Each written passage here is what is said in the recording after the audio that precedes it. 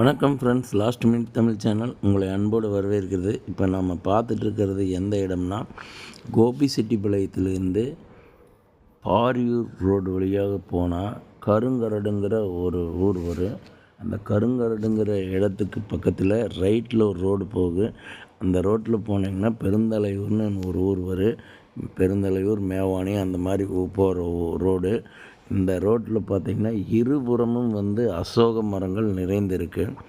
அந்த அசோக மரத்துக்கு நடுவில் நாம் வண்டி போகிற மாதிரி இருக்குது. பார்க்குறக்கு அவ்வளோ அற்புதமாக இருக்குது. இயற்கை காட்சி ஆர்வலர்கள் கண்டிப்பாக இந்த இடத்த விரும்பி பார்க்குறக்கு வருவாங்க. பாருங்கள், இங்கே ஆரம்பித்தது அப்படின்னா 2 பக்கமே மாறி மாறி அசோக மரங்கள் தான் இருக்குது ரோடு ஃபுல்லாக. ஒரு சில இடங்கள்லாம் இந்த இதையெல்லாம் வெட்டிட்டாங்க, மரங்களை எல்லாம்.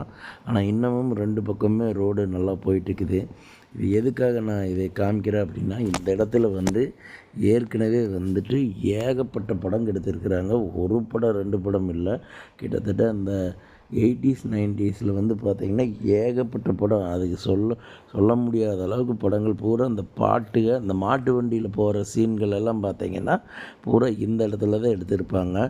இதில் பார்த்திங்கன்னா நீங்கள் அந்த கரகாட்டக்காரன் படத்தில் அந்த குடகுமலை காட்டு வரும் அந்த பாட்டு இந்த இடத்துல அந்த மாட்டு வண்டியில் போகிற சீன் இந்த இடத்துல தான் எடுத்திருக்கிறாங்க.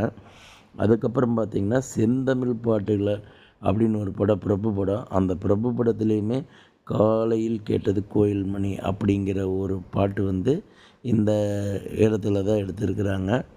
அப்புறம் பார்த்திங்கன்னா நம்ம பாக்யராஜ் நடித்த ராசுக்குட்டி படம், அந்த படத்தில் வர பாட்டுமே இந்த இடத்துல தான் எடுத்திருக்கிறாங்க. அப்புறம் பார்த்திங்கன்னா சத்யராஜ் நடித்த, சிபிராஜ் நடித்த வெற்றிவேல் சக்திவேல் அந்த படத்துலேயுமே இங்கே தான் எடுத்திருக்கிறாங்க. நீங்கள் பார்த்தீங்கன்னா தெரியும், இருபுறமும் பார்த்தீங்கன்னா பூரா அசோக மரங்கள் தான் இருக்குது. அதுக்கப்புறம் பார்த்திங்கன்னா நம்ம விஜயகாந்த் நடித்த உழவன் மகன், அப்புறம் மற்றும் கண்ணு பட போகுதையா, இந்த 2 படமுமே விஜயகாந்த் நடித்த படம் இங்கே தான் எடுத்திருக்கிறாங்க. அப்புறம் பார்த்திங்கன்னா உங்களுக்கு பிரபு நடித்த பரம்பரை படம் இங்கே தான் எடுத்திருக்கிறாங்க. அதுக்கப்புறம் பார்த்திங்கன்னா நம்ம ஊர் பூவாத்தா, அது பார்த்திங்கன்னா அந்த படமும் இங்கே தான் எடுத்திருக்கிறாங்க. அது போக ஏகப்பட்ட படம் இங்கே எடுத்திருக்கிறாங்க. நம்ம சொல்ல முடியாத அளவுக்கு அவ்வளோ படம் எடுத்திருக்கிறாங்க. ஒரு நெப்போலியனோட படமும் எடுத்திருக்கிறாங்க. அது என்ன படத்தின் பேர் எனக்கு தெரியல. அப்புறம் பார்த்திங்கன்னா சத்யராஜ் நடித்த படங்களும் நிறைய எடுத்திருக்கிறாங்க. விஜயகாந்த் நடித்த படம் கண்டிப்பாக இங்கே எடுத்துக்கிறாங்க. அதாவது ஒரு காலத்தில் இந்த இடத்துல படம் எடுத்தாலே கண்டிப்பாக அந்த படம் 100% சக்ஸஸ் ஆகி ஹிட் ஆகிரு அப்படிங்கிறது அந்த சினிமா படம் எடுக்கிறவங்களுக்கு ஒரு நம்பிக்கையாக இருந்திருக்குது அந்த காலத்தில். அந்தளவுக்கு அவ்வளவு படங்கள் இந்த இடத்துல எடுத்திருக்கிறாங்க. நீங்கள் இந்த இடத்துக்கு பார்த்தீங்கனாலே உங்களுக்கே ஒரு நல்ல ஒரு மன அமைதி கிடைக்கும். அந்தளவுக்கு இந்த ரோட்டில் பாருங்கள், இருபுறமும் பாருங்கள், நீங்களே பார்த்தீங்கன்னா தெரியும். நாங்கள் உங்களுக்காக இதை மெனக்கெட்டு போய் நாங்கள் இந்த இடத்துக்கு போயிட்டு வந்தோம். ஏன்னா அந்தளவுக்கு பாருங்கள், நீங்கள் பார்க்கணுங்கிறதுக்காகவே தான் பாருங்கள். இந்த இடமெல்லாம் பார்த்தீங்கன்னா அவ்வளோ அழகாக இருக்குது. இருபுறமுமே பூராமே இதுதான். இதில் இன்னொன்று என்னென்னா, இதில் உழவன் மகன் படத்தில் அந்த பொன்னல் ஏரி கரையோரம்னு ஒரு பாட்டு வருங்க. அந்த பாட்டு எடுத்த படமும் இந்த இடத்துல தான் எடுத்திருக்கிறாங்க. பாருங்கள், இது அதாவது கோபிச்செட்டிப்பாளையங்கிறது சினிமா படம் எடுக்கிறவங்களுக்கு இது ஒரு சின்ன கோடம்பாக்கம்னு சொல்லுவாங்க. அந்தளவுக்கு அந்த காலத்தில் அவ்வளவு இதாக இருந்திருக்குது. பாக்யராஜோட படங்கள் எல்லாம் மேக்ஸிமம் இங்கே தான் எடுப்பாங்க.